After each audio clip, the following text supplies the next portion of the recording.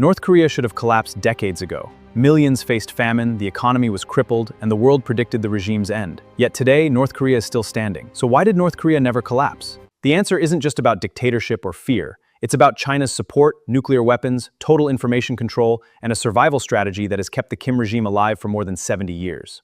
In this documentary, we'll uncover the real reason North Korea never collapsed. From the Cold War and the Kim dynasty, to China's hidden role, nuclear deterrence, and the strategy that kept one of the world's most isolated nations alive. Beyond the headlines, this is real truth.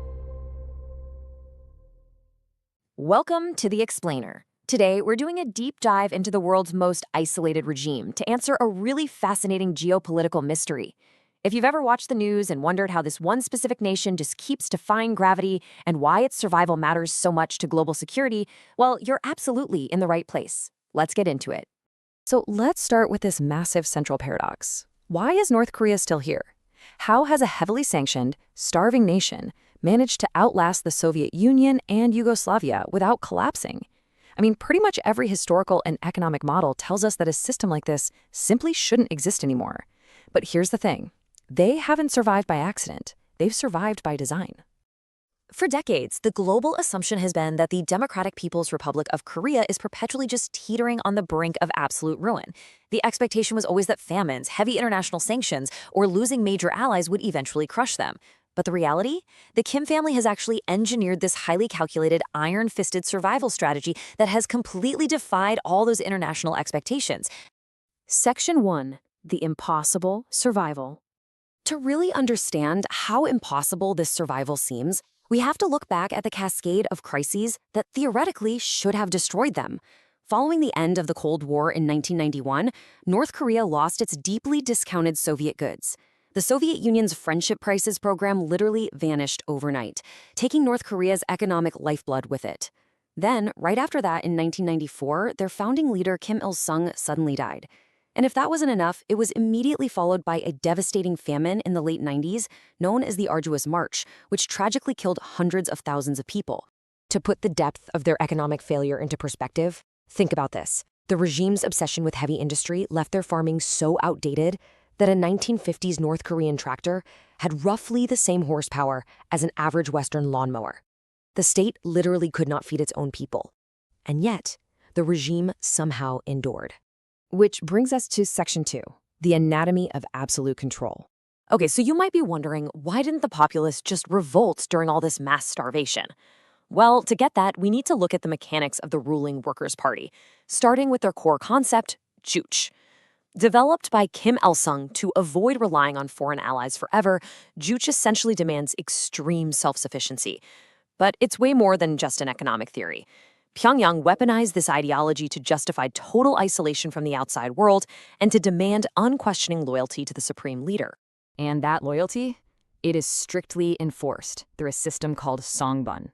This is basically a rigid caste system based on your family's perceived political loyalty, dividing everyone into core, wavering, and hostile classes. Songbun dictates literally everything, from the job you get to whether you can go to university, and crucially, your food rations.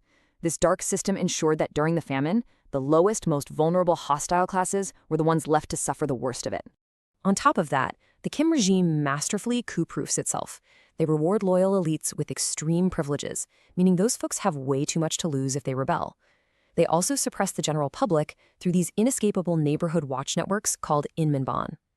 And then there's the truly terrifying policy of guilt by association. If you cross the state, they punish 3 entire generations of your family. Under those conditions, there is just zero room for any alternative faction to form.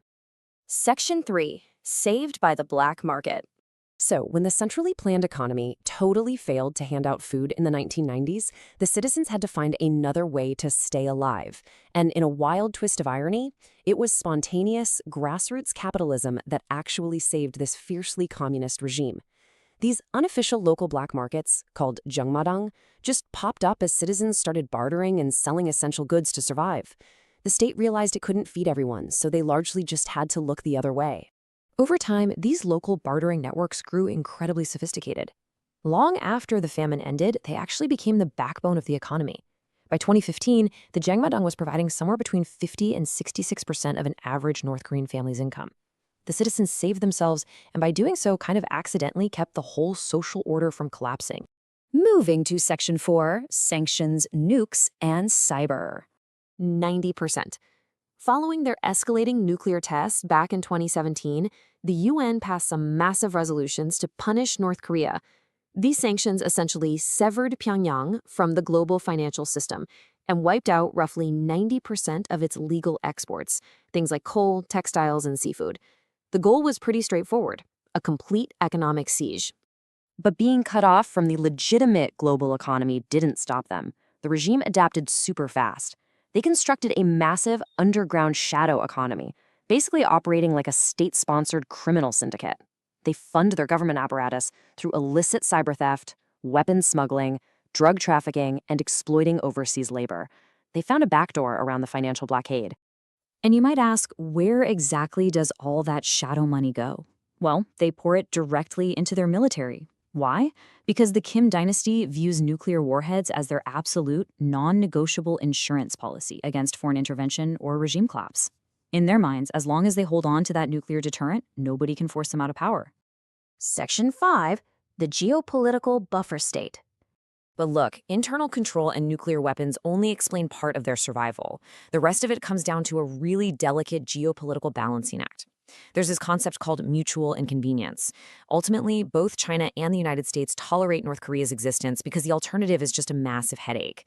Nobody wants to foot the bill for $1 trillion humanitarian crisis, nobody wants to try and secure loose nuclear weapons in a failed state, and neither side wants rival military forces stationed right on their borders.